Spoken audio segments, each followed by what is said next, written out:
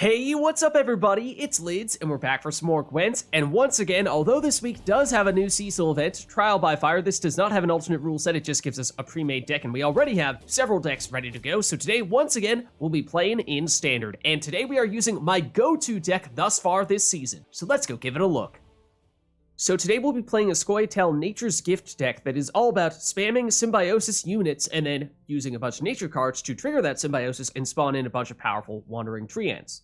So we have several key engines to consider in this deck. In round 1, I like to play Aucwenn, which is the new Scoia'Tael legendary card, has Symbiosis, and also infuses other Naiads, including herself, in our deck, in our hand, in our graveyard, with the nature category, which means they can proc nature and Symbiosis even though they are units, which is pretty awesome.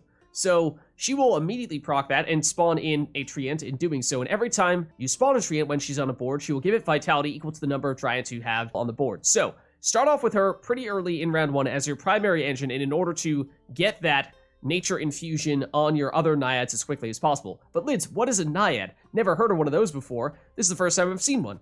Aucwenn is one of them. The other ones are some of the other new cards. The Naiad Pondkeeper. This one, either you play it in the range row early in a round to infuse a card that does not usually have Symbiosis with Symbiosis, or you can go melee row, usually near the end of a round, to reset the power on one of your Wandering Treants and then deal damage to an enemy unit based on how much power you reset. So the longer you wait, generally, the more powerful that's going to be, and that does mean that, if you throw additional boosts on that Wandering Treant from other sources, that could be a ton of damage there. Then the other new Naiad is the Naiad Fledgling, and this one makes it so that whenever you trigger Symbiosis, the card to the left of the Fledgling gets Vitality. Now there are some more Vitality synergies we'll talk about in a minute, but also at the end of round you could use her order ability to remove all Vitality from one of your units and then absorb all that Vitality as a boost, which is one of the biggest weaknesses that Vitality had in the past was doesn't matter how much Vitality you put on a unit, you're only going to ever get boosted by 1 per turn, so you could have 10 points of Vitality on your last turn and you're just never going to get those points, but not anymore, because the Fledgling turns that into boosts, which is awesome. So those Fledglings can all also be nature cards that proc Symbiosis if you play Aucwenn, which is again why preferably you're playing her relatively early in round 1. So that's usually either my first play in round 1, or start off with Hamadryad because that's another Symbiosis card, and since Aucwenn is also going to trigger Symbiosis, then might as well have a few more Symbiosis engines on the board before you play Aucwenn as well. So that's your primary thing you're looking to do in round 1. Then in round 2 is generally when I break out Freixenet, because range row, play him, and put one of the Dryad Fledglings next to him, that Fledgling we were just talking about that gives Vitality to adjacent units, combine that with your leader ability, and this guy is going to constantly have tons and tons of Vitality, always be coming off cooldown to spawn in a young Dryad every turn, and your range row is going to be completely full with Symbiosis units, which is awesome. Makes all of your nature cards that much more valuable. So that's usually what I like to do in round 2, is build around that combo right there, and obviously use some nature cards as well in order to proc that Symbiosis. And I like that in particular because since it takes up so much space, if you're doing this along with other things in a long round 3, then you're probably going to run out of board space before you run out of cards. So that's why generally you are looking to play all 3 rounds in this deck. So then in round 3, we have Devotion, which means Eithne is going to transform into Wrath of Brokilon, at which point she's a 10 base power unit with immunity, so our opponent cannot target her manually, and she has Symbiosis 3, so a powerful engine as well. So incredibly powerful in round 3, even in a short round if you're bleeding heavily in round 2, 10-point slam for Eithne and also being a powerful engine, not bad at all. So that's the primary thing we're building around in round 3. And then of course using some nature cards as well. As for the specifics there, well, we have some damaging nature cards, of course, with things like Nature's Rebuke, and with also a little less potent, but similarly, Circle of Life to give you a hand buff as well. And then you can use Force Protector to replay one of those from your graveyard. Technically speaking, if you already have one of your Naiads in your graveyard and then you play Aucwenn, then the Naiads become nature cards while they're in your graveyard, and so you could technically play one of them from your graveyard with Force Protector, which is pretty crazy. For the most part, the Naiads are going to become nature cards before they get into your graveyard, and once they're on the board with nature tag and get destroyed, then they lose that tag in the graveyard, so pretty unlikely that's going to happen, but it is theoretically an interesting option to consider. And then outside of that, we also have things like, well, for just pure point slammage, you can also go with Shaping Nature. Usually you would go for the 8-point boost on this, generally speaking, but actually the Vitality is in total worth 10 points rather than 8. If you can get all that Vitality to proc, which because we now have that Naiad Fledgling, and you can guarantee at the end of the round that you absorb all of the remaining Vitality you have, you can just load up on a ton of Vitality in one of your units and absorb all of it with the Fledgling. So that is technically preferable in some cases to go all-out Vitality with that as well. Then there's the new Frog Mating season, which is another way to synergize with Vitality because this will proc your Vitality more quickly. So it's actually really quick how quickly you can absorb all that Vitality there or benefit from it. So it's 4 on 2 different units, and it also spawns in 1 power frogs. Those are the things that help you trigger that Vitality more quickly. So that could also help when you have a card next to the Naiad Fledgling too. So that is a solid, just wide source of points and point slam as well. And even in a long round, you can continue to load up on Vitality on the cards that are next to the frogs and give yourself a much better way to benefit from that Vitality. And then at the end of round 3, and this is one of the reasons why we want to make sure that we're playing a little bit in round 2 so we don't run out of board space in a long round 3, we can use one of our tutors, either Call the Forest, or alternatively you could go for Isengrim's Council, and with that, get Harald Gord as your finisher. And then we also have, as an alternative target for some of those tutors, Sorceress of Dol Blathanna. Giving her a little bit of boost in the process from those tutors is useful so that she's more capable of either getting a bigger order ability, or even if she takes a hit, can still bounce back and use that. And then other smaller nature cards in general, things like Dryad's Caress and whatnot. So that's the idea of the deck. Basically, round 1 is hopefully all about Aucwenn, round 2 is hopefully all about Freixenet, and then round 3 is hopefully all about Eithne, and then play all of your nature cards and benefit like crazy. So let's go see it in action. Alright, so going up against Scoia'Tael here, and they'll go first. Alright, so taking stock of what we have here, we have Aucwenn, which is probably the key card we want to play in round 1 to turn all of our Naiads into nature cards. Then Freixenet, good for round 2 or round 3 if we need to. Abandoned Girl, definitely one of our weaker cards. Let's get rid of that. And Eithne, okay, now this is basically round 1, 2, 3 in that case. So anything else, let's dump Tempering as one of our weaker nature cards. Okay. So this could very well be a mirror match. We don't have Marana Runestone, but... Oh, okay. No, I mean, it's not a great card, but its first turn play is not terrible. Now, if we could move you, that'd be kind of nice, but you're going to hit Sorceress and bring her out of usable range unless we were to use a Dryad's Caress on you. I don't think that's urgent that we make that happen. Instead, what I'd like to do is generally begin with Hamadryad into afterward an Aucwenn, because Aucwenn counts as a nature card even for herself, so that'll give us one extra symbiosis proc. So it does mean, you know, we'd like to get our symbiosis engines on the board before we start using any control options. And even Nature's Rebuke is not enough single-handedly to take you out. We'd have to go Nature's Rebuke plus Force Protector. I mean, I assumed based on the Nature's Gift that they were going to be also a symbiosis deck, but at first glance, it's looking more like this is a hand buff deck. It's catching me a little bit off guard here. But, alright, so now the plan was probably to go Aucwenn next. Otherwise, I mean, any other symbiosis before we use Aucwenn to, again, maximize the value, because she will proc nature, proc symbiosis with her nature. I mean, yes, Freixenet is a way to get a whole bunch of symbiosis on the board, but for the most part, I'd like to save him for a later round, so I think we'll do this. She counts as a nature card, and she give vitality to our treants as well. Now, she's going to be a little bit of a removal target as well, if we're not careful. So they could remove her this turn if they'd really like to. But getting her deployability is a lot of value in and of itself, so even if they do remove her, it's not the absolute end of the world. And it's not quite enough. So we were saying maybe we use Dryad's Caress on Sorceress. I mean, we do also have Tempering, so either of those really could work. Do we have a preference between who we give which? Probably go Dryad's Caress here, to tell you the truth. More time for the Vitality. We don't care about losing the Nature proc, or the Nature tag. Once we've already played her, it doesn't really matter anymore.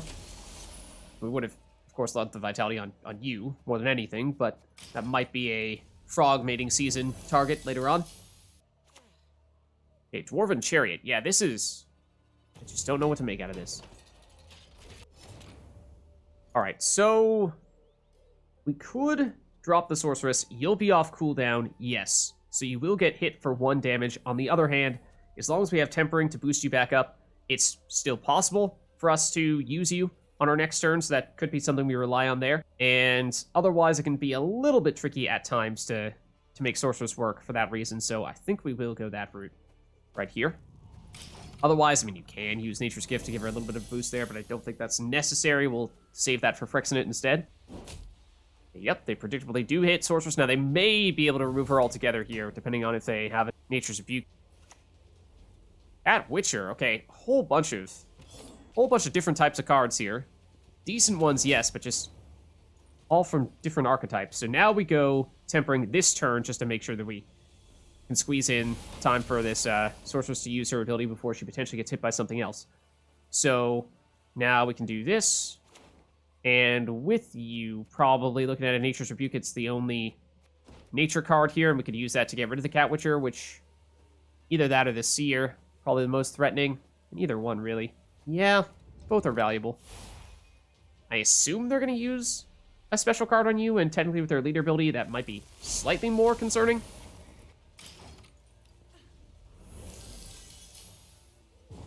Alright, no pass. Okay. So we'll win round 1, and win it comfortably at that. I think, especially since we're on even cards here, we will probably push at least a little bit in round 2 using Freixenet in particular. And we still have Frogmating Season, which can be another useful card for us as well. Alright, so we draw into Tempering, Pondkeeper, and Call the Force. That gives us a way to get Gord potentially as a finisher for round 3 is probably when we'd like to save that. Eithne evolves, we want to save her for round 3 as well. So this round is really all about Freixenet. Let's get rid of Tempering. And, I mean, Nature's Rebuke is good, but what I'm really hoping for is a Fledgling to put next to Freixenet, because then that is amazing. I mean, we could go Call the Force to make that happen, but I'd rather not have to resort to doing that. I mean, Fauve... Okay, Fauve gives us flexibility, because we could use Fauve to go Isengrim's Council round 3 to get Harald, and then that means this round we could go Call the Forest into a Fledgling to put next to Freixenet. Either way, it is Freixenet first here. Immediately use this. Immediately use both of our leader ability charges here, which means he's going to have enough vitality to come off this cooldown immediately on our next turn, and at 6 power, he's hopefully out of removal range as well. Yeah, they're going to focus on the Dryad instead, but we're about to create another one. They've done a fair bit of hand boosting here, which is a little bit concerning, because we haven't really seen much in the way of cards that have already been boosted that they've played, so they probably still have some pretty big stuff. So before we do anything else, do that first. And this, if we have this set up properly, could take up a lot of space, which is in large part why we are deliberately playing here, potentially quite aggressively, in round 2. So now we're going to put this Fledgling next to you, because every time we proc nature, it's going to give you vitality, which means it is, unless they can take out this Fledgling, just about guaranteed you're going to be coming off cooldown every single turn. Alright, yeah, it's looking a lot more like a hand buff deck than a nature deck here. Alright, so long round, we could go Pondkeeper range row to turn something else into a Symbiosis Engine. Before we do anything, though, again, do this. The problem is, as you can already tell, this is going to take up a ton of space, and we have limited room for all these Dryads, so anything that is not a Dryad in the range row is a little bit questionable, because that means that it's one fewer Dryad we can fit there. So, for that reason, we might still hold off on that, but then again, don't have any other great options here. We're to go Force Protector, Rebuke, still don't love it. There's no great targets here, so I guess we'll still do this. I guess we'll still go this route, and what we'll do is turn you into Symbiosis, since you are the biggest of everyone who... Well, I mean, we could have done Freixenet, I suppose. Okay, Dwarven Chariot, we saw one of those before. So that's gotten some of the hand buff. Now they're given some vitality as well. Let's go spawn you in. And do we have targets for Nature's Rebuke yet? I mean, like, kind of, sort of, but not really. Not super concerned about the armor. Might just prefer to get the full damage on Eithne, although the Deathblow would be nice as well. We might just go Frogmating Season here on these 2 Treants and call it a day for that. So that takes up a lot of room as well. That's the other reason why we want to play some of these cards in round 2. Even if we don't necessarily go all in on round 2, just look at all this board space we needed. So in a long round, it would have meant we just wouldn't have been able to play most of these things. All right, Dol Blathanna Sentry. I mean, we saw a Cat Witcher previously, but don't know if they have any more. Now, that is potentially an engine we might want to do something about, in which case, might this be Forest Protector and or Nature's Rebuke time? That probably is the case. Let's spawn you in, and as you can tell here, range row completely full. We're going to spawn in a treant when we use this. We don't have much time or space left here.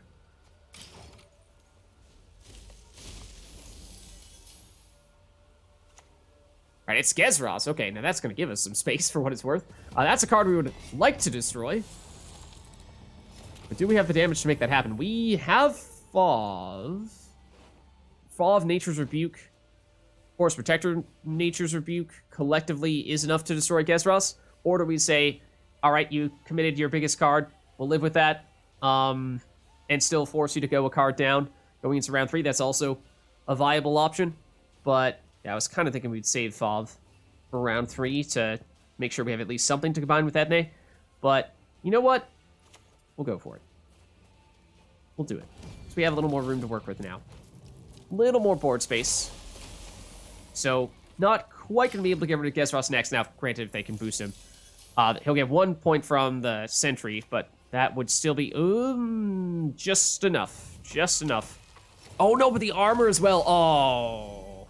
All right. Fine.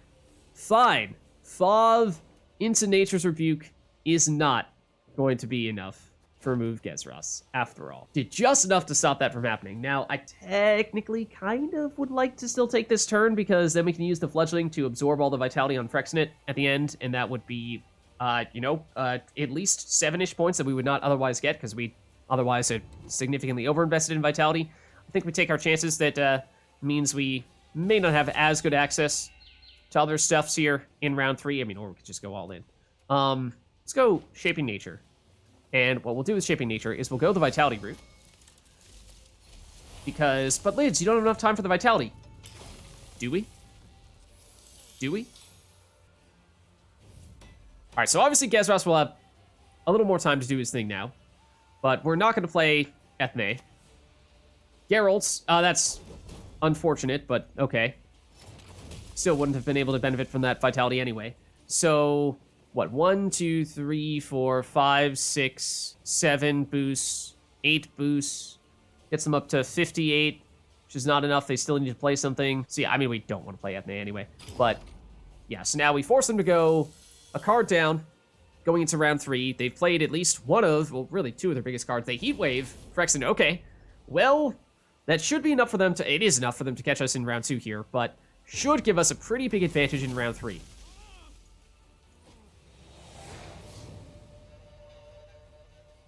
Okay, so we have Eithne. One somewhat dangerous thing about Eithne is because now she's fully evolved. She has Symbiosis 3, that's great. 10 base power, also great.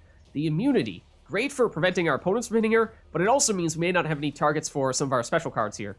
So we need to be kind of careful about that. Don't love Abandoned Girl. Hamadryad could be just the thing we're looking for.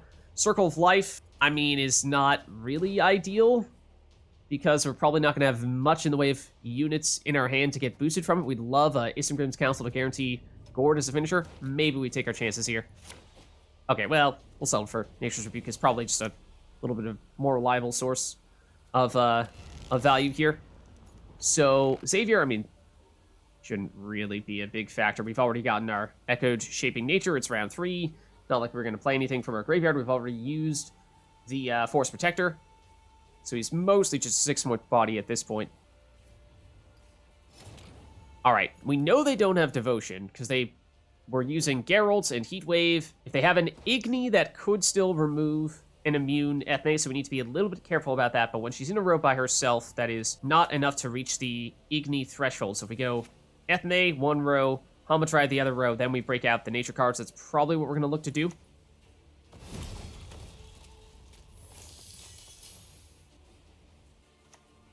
Alright, it's Bountiful Harvest, which, depending on if they have a unit in their hand, may or not be all that valuable.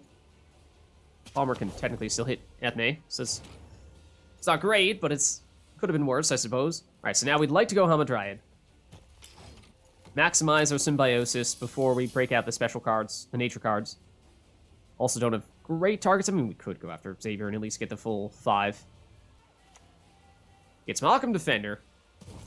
So it's just barely enough for them to catch us here. And I think what we'll do in this case is we'll just Nature's Rebuke, prevent you from getting the boost. Big boost on this Treant because we have all the symbiosis, which means we don't even need to use this Shaping Nature, so we will pass them with a card to spare.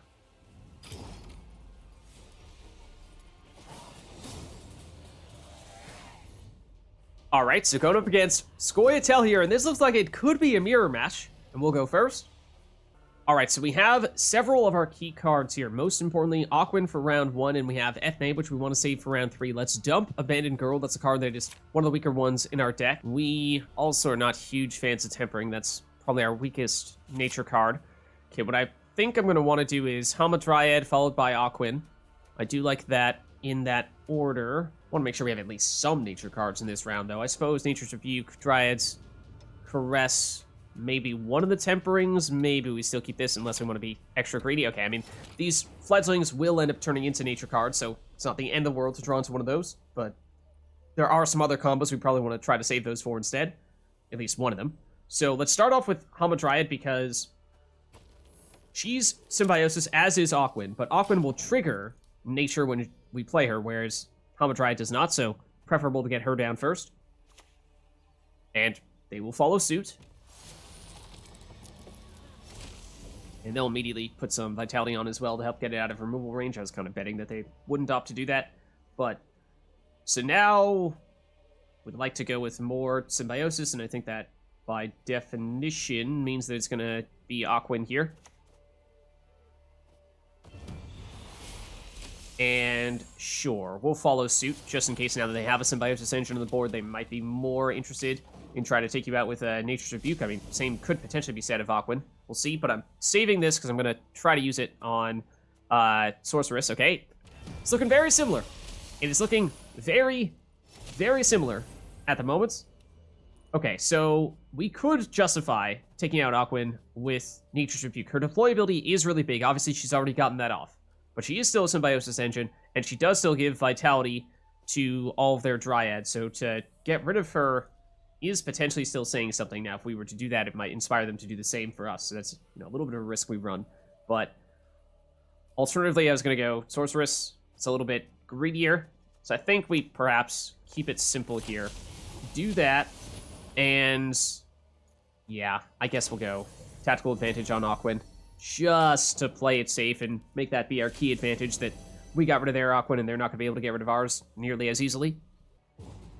Okay, and, well, that's enough to convince them they do not want to play any further in this round. In fact, that is a very, very early pass in round 1, but sure, I mean, it was a big commitment, yes, I mean, for both of us to play Aucwenn round 1, but I think because she is the carryover from giving the infusions on our Naiads, that's still definitely not a bad thing, even if it's a short round 1. Okay, and this is perfect. So we have still Eithne. We're going to save that for round 3. I think we will, given how we're both on 10 cards here. We'll at least try to bleed out a little bit in round 2. Long round 3 is a little bit scary for us because although we can put up a lot of points, we tend to run out of space with all the treants respawning in, especially if you're using Freixenet as well. I think what we'll do is we'll go Freixenet round 2 and build around him, and then go Eithne round 3, and that's a solid source of tempo as well, even in a short round 3. So we'll go with you. We'd like to have, yep, a Fledgling to put next to Freixenet. That is an amazing combo. Then at least some nature cards to combine with that. Maybe don't need 2 Caresses. Well, I mean, Fauve gives us a lot of flexibility there, so that can work. All right, so we go Freixenet, turn 1. Use that ability to spawn in young Dryads for more Symbiosis. He does not have Symbiosis himself. We used 1 leader ability charge round 1, but I think Freixenet is the primary card that your leader ability works most effectively on, because now he's out of removal range, in all likelihood, out of removal range, and with all that Vitality, he's immediately off cooldown on our next turn. Alright, it's a Hamadryad. It's not a bad engine, but ours is theoretically better. So now we go probably Fledgling, unless we're gonna put other Symbiosis on the board first. I don't think we were, because you do count as a nature card again. But first, do this, spawn in another Dryad. This already would be enough Vitality to spawn in another one on our next turn, but by putting this Fledgling right here, every time we play a nature card, Freixenet is going to get more vitality, so he's going to be constantly coming off cooldown. Alright, and there is their Fledgling, so they're doing the same thing, just with a Hamadryad instead of Freixenet. So they're going to get more boosts, but we're going to get more symbiosis. So this is going to be an interesting test in that case. You are out of removal range, you are not, which is something that is worth considering here. Before we do anything, though, spawn in another Dryad, and so we could Nature's Rebuke, we could Force Protector. We already used Nature's Rebuke, right? So that could give us a source of Nature's Rebuke as well. I think we do shut this down, because that's their primary way, I would assume, to give vitality to Hamadryad. And this might be... I mean, these are going to be all the sources of symbiosis we're going to get here. I don't really think we're going to be playing more from our hand. Get the Death Blow as well, so we get the boost from that. More vitality on Freixenet every time we play Nature card, which is why this is just so strong. They're going to Nature's Rebuke. They're going to do exactly... Oh, I thought they were going to do exactly what we did and go for the Fledgling instead. Interesting. Interesting move. Okay, let's see. We do not have any boosting specials in our graveyard, so Force Protector does not work for that purpose. We would love a Shaping Nature. Get you out of removal range there, so I think that's what we do with Fauve. Beforehand, let's just spawn in more Dryads. Then we go Fauve. Then let's go here. Now, usually, Shaping Nature, you'd tend to go for that 8-point boost, right? However, you can actually go the 5-point boost and the Vitality here, because we like Vitality on Freixenet. Yes, he was already going to have plenty of Vitality coming from the Fledgling, but he's still out of removal range, and even if he gets all the Vitality in the world, we can still benefit from it as long as we have a Fledgling remaining.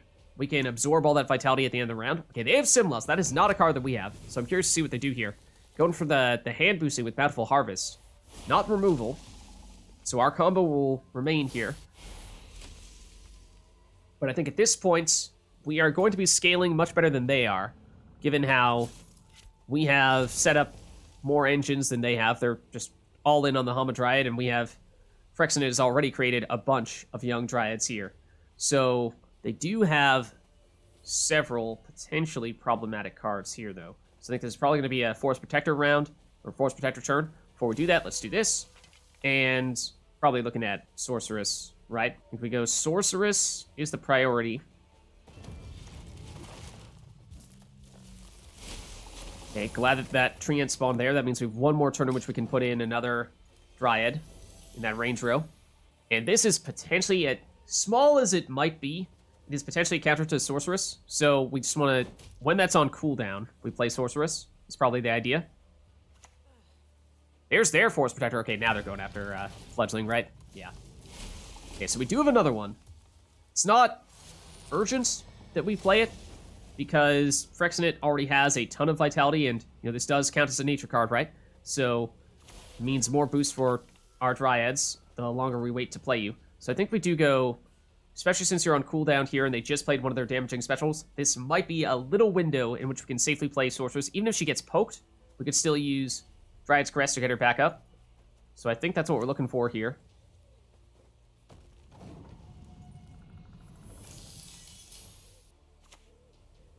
Elven Seer. Okay, that's another thing that's a little bit different from what we're doing. Now they're going to, go after the Sorceress. But as I was saying, we could do this. Now the tricky thing is going to be sequencing here. I think, technically speaking, we don't do this yet. As much as we really want to, they might leave Sorceress alone and assume she's useless now at 3 power. But we want to make sure we have time to use the Naiad Fledgling's Order ability. So if we go Nature's Caress and Naiad Fledgling on our next turn, then we might not have the time to do that. So, oh, yeah, we're not going to have room for that last of these young Naiads, but, we'll live with that. Want to make sure we have room for this. I guess, technically, we could have even put it next to the Sorceress, to be honest. Don't really need that there anymore now that we've filled the row with the Dryads. Okay, so now this is presumably going to be our last turn. So we're going to go, at least for this round. Because we want to have Eithne for round 3, fully evolved, and then Call the Force we're saving for likely a Harald Gord, which actually we haven't done that many special cards yet, so it's not that valuable. But, well, we can play that one by ear a little bit. But for this turn, it's Dryad's Caress here. Then that means Sorceress can now use her ability here. And in this case, ooh, what do we want? We don't want to Dryad's Caress you, otherwise we're losing all that vitality. Orb of Insight, do we bet that we can make that work, or do we just go for the Circle of Life, maybe? Because it is a nature card, whereas the other one's not. Then what we do is we use the Fledgling to absorb this 16 points of vitality. Because usually, you'd just be wasting all that extra vitality, but not with the Fledgling. Okay, so now we're probably going to pass here, and we're just basically seeing if they can catch us. I mean, we have filled our rows entirely.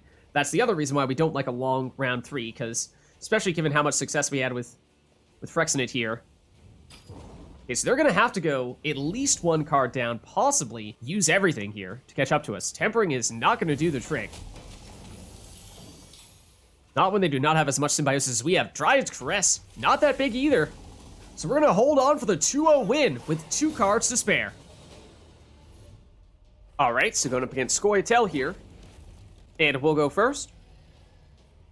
Alright, so we have Freixenet, which can be a key engine for us to build around and around. That's usually not what I like to have in round 1, but it's theoretically an option. Gord would be one of our big finishers. We don't have a way to... Oh, we potentially have a way to tutor him, but, you know, we have other cards that we're missing right now that we'll use that on instead, it looks like. Yeah, speaking of which, I think we're going to have to dump some of these nature cards here in pursuit of... Okay, well, now we have 2 tutors, and we could potentially consider dropping Gord and trying to get something else that is more of an urgent need and just reserve this for Gord in round 3. Okay, well, Fauve is a different tutor.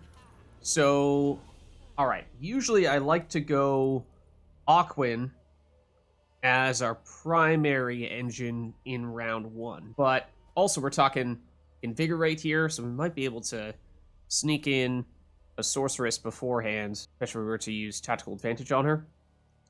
That might be what we go for here. Usually, my preferred choice is Hamadryad first, then tutor into Aucwenn, or Aucwenn directly, just so you have one more Symbiosis card on the board as soon as you play Aucwenn, because she will trigger Symbiosis as soon as you play her. Alright, it's Bountiful Harvest? Yeah, I mean, it's going to be all hand boosting, presumably, right? Alright, how many elves do you have?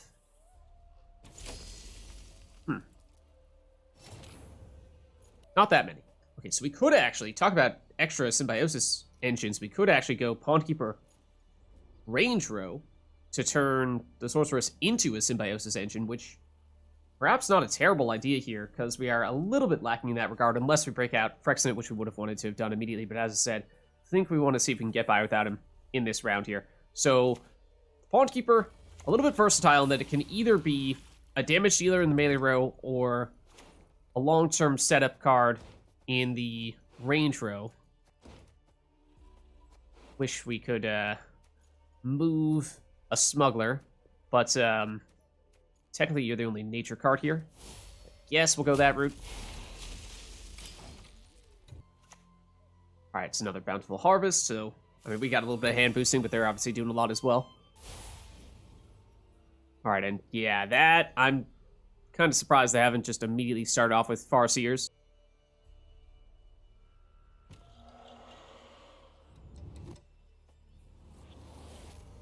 Alright, and then there comes the leader ability. Usually you'd go, what, leader ability charges and then Farseer? Now, granted, they weren't guaranteed to see Farseer when they used that Bountiful Harvest anyway. But that might mean that was a little less effective than it would otherwise have been. So I think now we're looking at Call the Forest into Aucwenn here. So we want to make sure we can infuse the Naiads that, technically speaking, that would have been nice to have done before we played the Pondkeeper, which is in large part why I usually do want to use Aucwenn pretty much as soon as possible. But in this case, you know, we got the extra Symbiosis engine on the board, so, you know, it's kind of better in one way, worse in a different way. Alright, Fury Merchant, what the heck? Uh-oh, what do they take? Okay, we would have liked to have had that.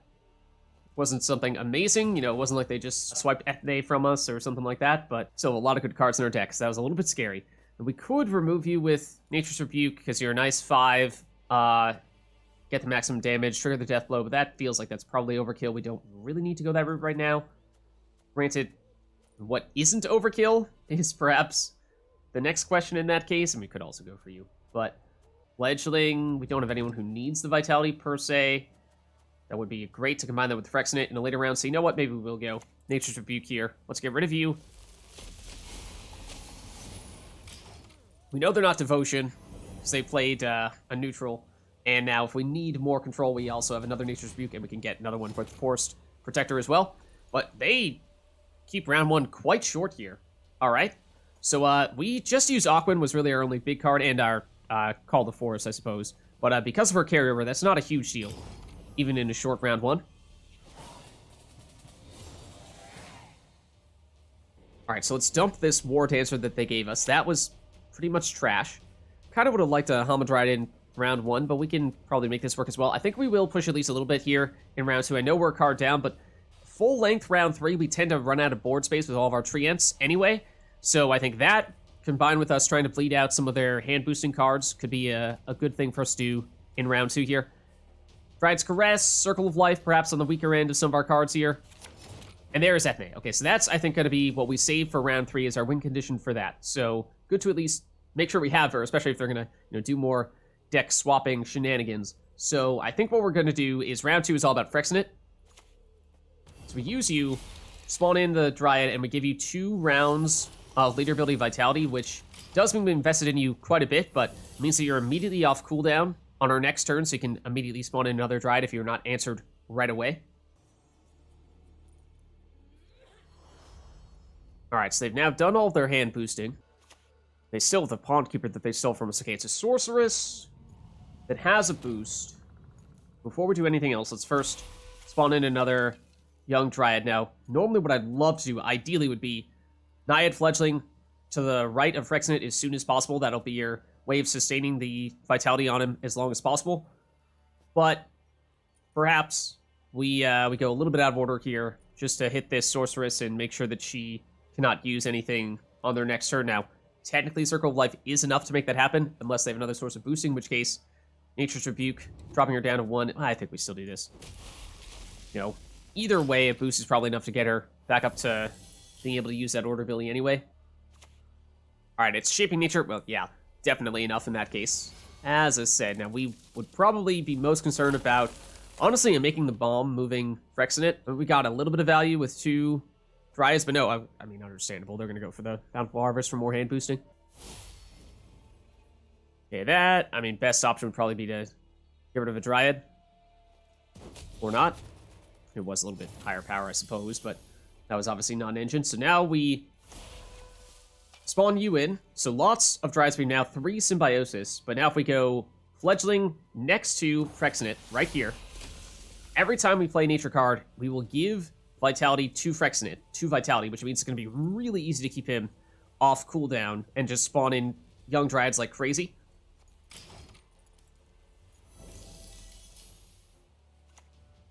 Alright, ooh, lock. Oh, did we had, hold on, we had Dryad's Caress. We could still get it if we were to go Fauve. And we don't need the nature tag on the Fledgling anymore now that we've already played her, so that's no big deal to get rid of that. So, is there anything else? I mean, Frog Mating Season would have otherwise been our best. Or Shaping Nature would have also been quite good with Fauve. That would have been the ideal selection, but given the circumstances, first let's at least do this. I think we will still go for it.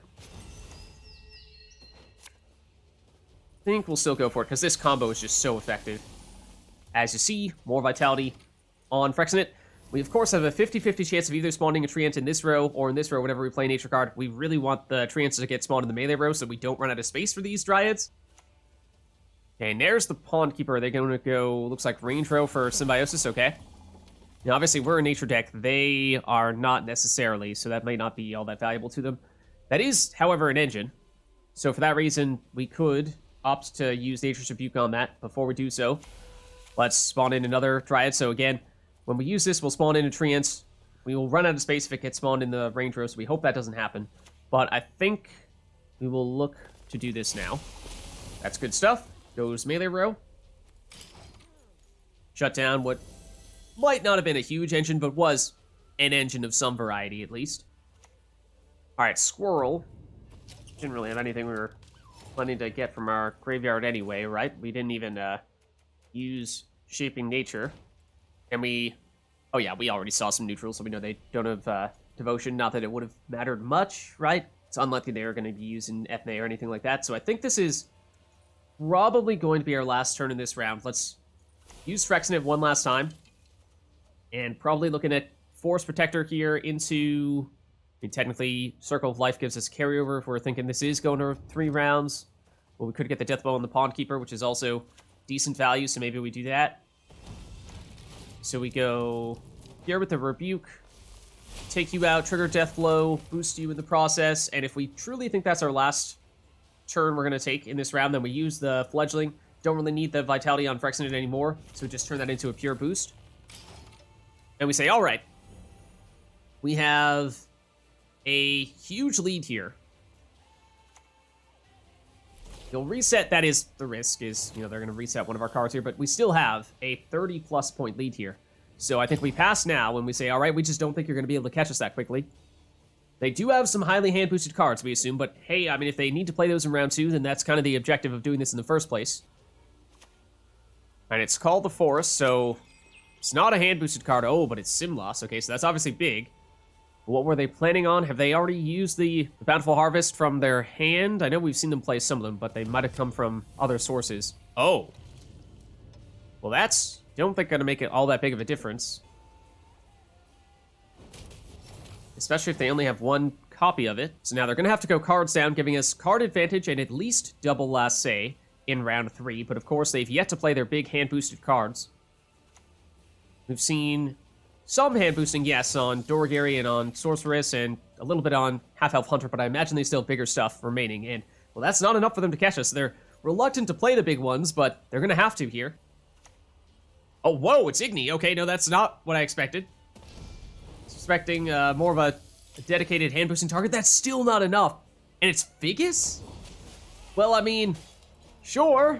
They win round 2, but at this point, we're 3 cards up. All right, and so we were confident in relying on our round 3, not only because we had a strong round 2, which forced them to go a bunch of cards down, but even if they had still won round 2 and forced us into an even card matchup in round 3, having Eithne is a nice 10-point slam, and if we have more nature cards to go along with her, that's also great. Don't want to abandon Girl here. Shaping Nature is definitely good, though. We want to make sure we have at least some nature.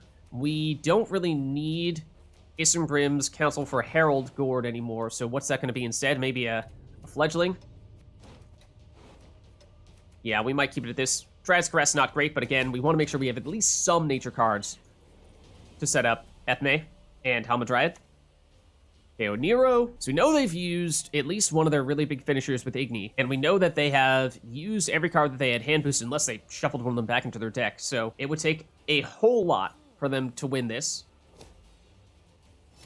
And perhaps for that reason, they rage quit. All right, so going up against Nilfgaard here, and they'll go first. All right, so we have some of our best cards in hand. We have Aucwenn, which we'd like to use round 1 to immediately get the Naiads to have the nature tag. Freixenet, that's probably round 2 if it comes to that. And then Eithne, round 3. You can use Isengrim's Counsel to get Gord. Let's dump Tempering. That's not one of our better cards, nor is Abandoned Girl.